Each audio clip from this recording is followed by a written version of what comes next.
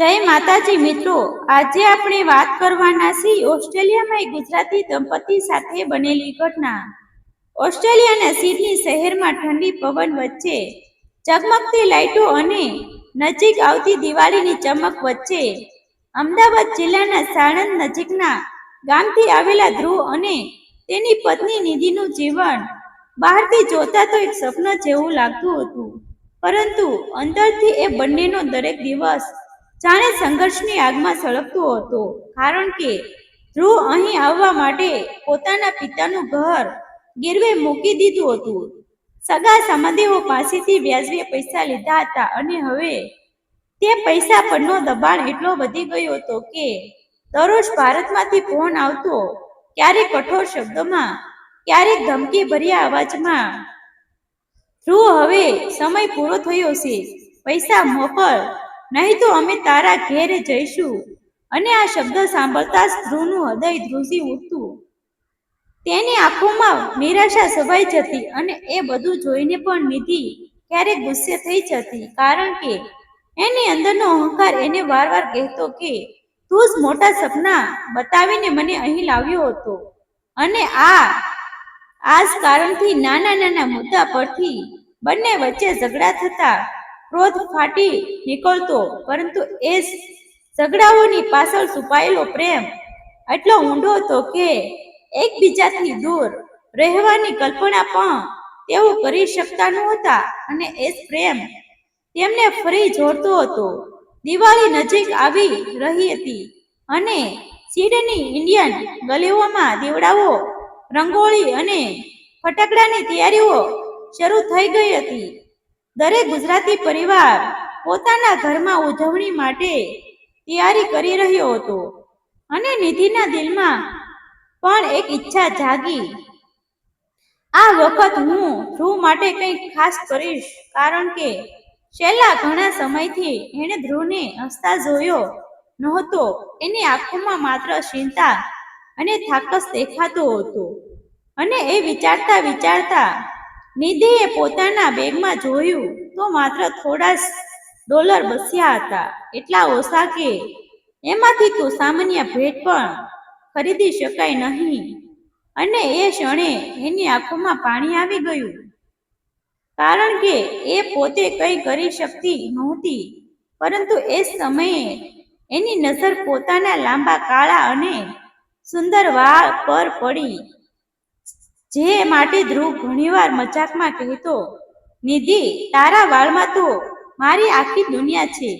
અને એ શબ્દ યાદ આવતા નિધિના દિલમાં એક ઝટકો લાગ્યો, પરંતુ પછી એણે પોતાની આંખો મજબૂત કરી અને મનમાં વિચાર્યું, જો આ વાળથી ધ્રુવને થોડું સ્મિત મળી શકે તો।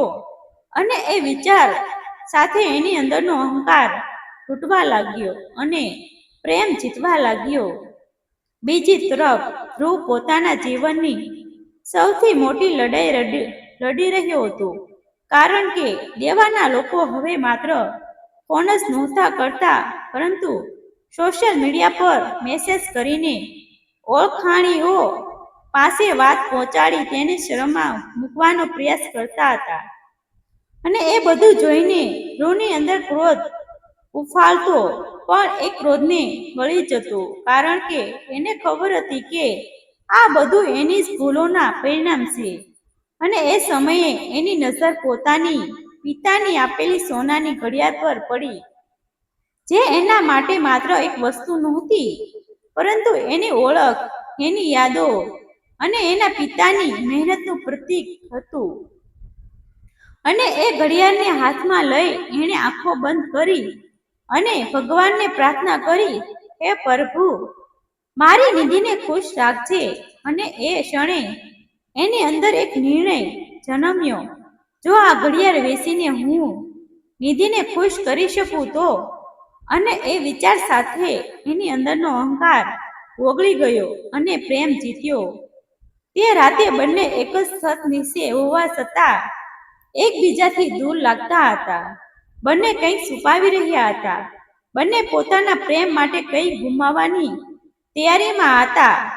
બંનેના દિલમાં એક જ ઈચ્છા હતી, સામેનો વ્યક્તિ ખુશ રહે, પરંતુ ભાગ્ય જાણે કંઈક અલગ જ લખ્યું હતું, કારણ કે આવતીકાલની દિવાળી માત્ર દીવડાઓથી રોશની નહીં, પરંતુ તેમના જીવનનું સૌથી મોટું સત્ય બહાર લાવવાની હતી, જ્યાં પ્રેમ, ત્યાગ, અહંકાર અને ક્રોધ બધું એક સાથે ટકરાશે અને એ ટકરાવ એટલો જોરદાર હશે કે તેમની જિંદગી હંમેશા માટે બદલાઈ જશે.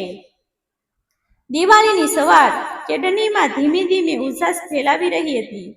ઘરોમાં દીવડાઓની તૈયારી, મીઠાઈઓની સુગંધ અને ખુશીના અવાજો ગુંજી રહ્યા હતા. પરંતુ ધ્રુવ અને નિધિના નાનકડા ફ્લેટમાં એક અજાણી શાંતિ છવાઈ ગઈ હતી. જાણે કોઈ તોફાન પહેલાનું નિશ્ચિલ વાતાવરણ હોય, કારણ કે બંને પોતાના દિલમાં એક મોટું રહસ્ય લઈને બેઠા હતા. બંને એકબીજાથી કંઈક એવું છુપાવ્યું હતું જે તેમની જિંદગી બદલાવા જઈ રહ્યું હતું. અને એ સવાર નિધિ વહેલી ઉઠી અરીસાની સામે ઊભી રહી અને એક ક્ષણ માટે પોતાના ટૂંકા થઈ ગયેલા વાળને જોઈને એની આંખોમાં પાણી આવી ગયું, કારણ કે ગઈકાલે એને પોતાના લાંબા અને સુંદર વાળ વેચી નાખ્યા હતા અને એ પૈસાથી ધ્રુવ માટે એક સુંદર સોનાની ચેન ખરીદી હતી. એ એના દિલની સૌથી મોટી ભેટ હતી. અને બીજી તરફ ધ્રુવ પણ એ સવારે પોતાની અંદર ભારે ભાર લઈને ઉઠ્યો, કારણ કે એણે પોતાની પિતાની પ્રિય સોનાની ઘડિયાળ વેચી નાખી હતી અને એ પૈસાથી નિધિ માટે એક કિંમતી કાંસા ખરીદ્યા હતા, જે તેના લાંબા વાળમાં ગૂંથાય ત્યારે એ વધુ સુંદર લાગતી. પરંતુ હવે એ બંનેને ખબર નહોતી કે આવતી ક્ષણોમાં શું થવાનું છે. સાંજ પડી, દિવાળીના દીવડાઓ પ્રગટ્યા, આખું શહેર રોશનીમાં ડૂબી ગયું. અને એ સમયે બંને એકબીજાને સ્મિત આપવાનો પ્રયાસ કર્યો, પરંતુ એ સ્મિતમાં છુપાયેલું દુઃખ સ્પષ્ટ દેખાતું હતું. અને જ્યારે ભેટ આપવાનો સમય આવ્યો, ત્યારે બંનેના હાથ કંપી રહ્યા હતા, કારણ કે બંનેના દિલમાં એક અજાણી ગભરાટ હતી. અને નિધિએ પહેલા પોતાની ભેટ ધ્રુવના હાથમાં મૂકી. ધ્રુવે ધીમેથી બોક્સ ખોલ્યો અને અંદર એક સુંદર સોનાની ચેન જોઈ.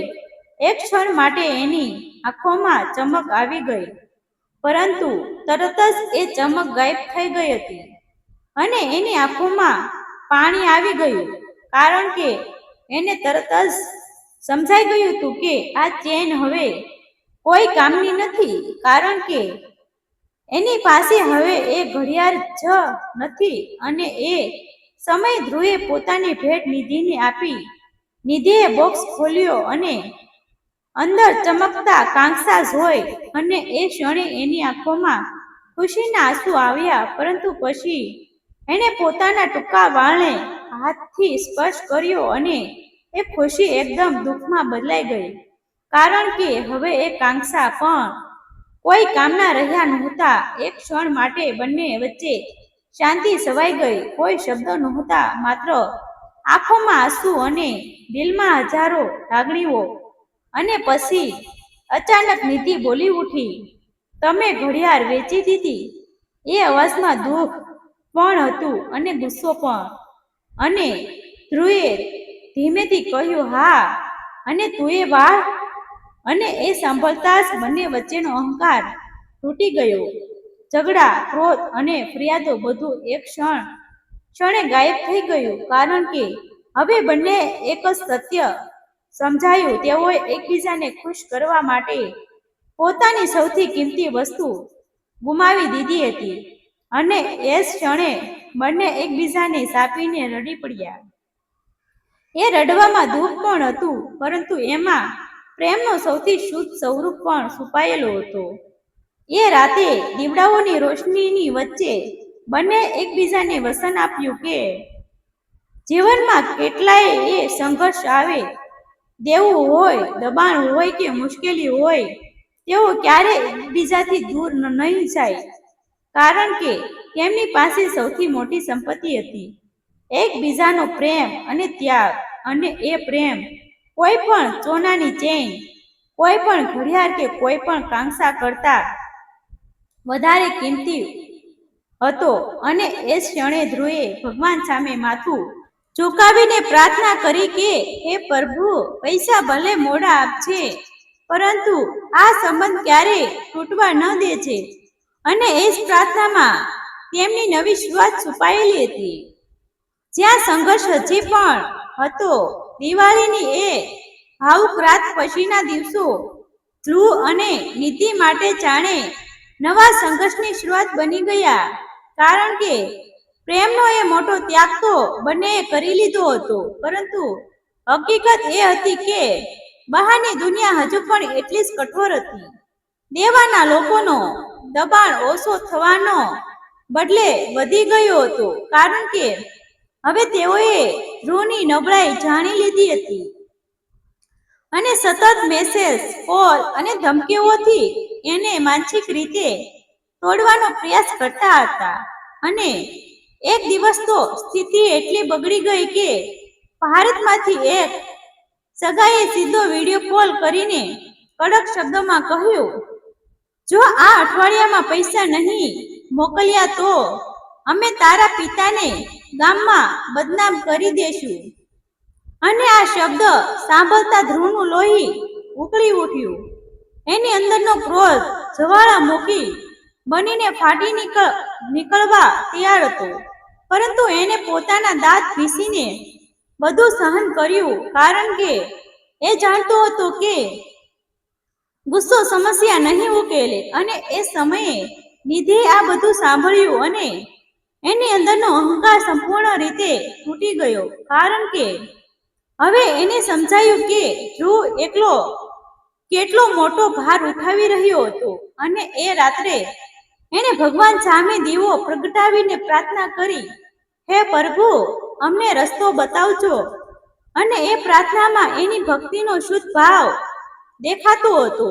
આ ઘટના પછી નિધિએ નક્કી કર્યું કે હવે માત્ર ભાવુક બનવાથી કંઈ નહીં થાય, કંઈક કરવું પડશે. અને તેણે પોતાની અંદર છુપાયેલું હિંમતનું બીજ જગાડ્યું. એણે ઓનલાઈન નાની નોકરીઓ શોધવાનું શરૂ કર્યું, ઘરેથી કામ કરીને થોડા પૈસા કમાવા લાગી. અને ધ્રુવને પણ એને સમજાવ્યું કે આપણે ભાગીશું નહીં, સામનો કરીશું. અને એ શબ્દોએ ધ્રુવના દિલમાં નવી શક્તિ ભરી દીધી, કારણ કે પહેલા જ્યારે એ એકલો હતો ત્યારે હવે એની સાથે એની પત્ની ખંભે ખંભા મિલાવીને ઊભી હતી. અને આ બદલાવ ધીમે ધીમે તેમના જીવનમાં પ્રકાશ લાવતો ગયો.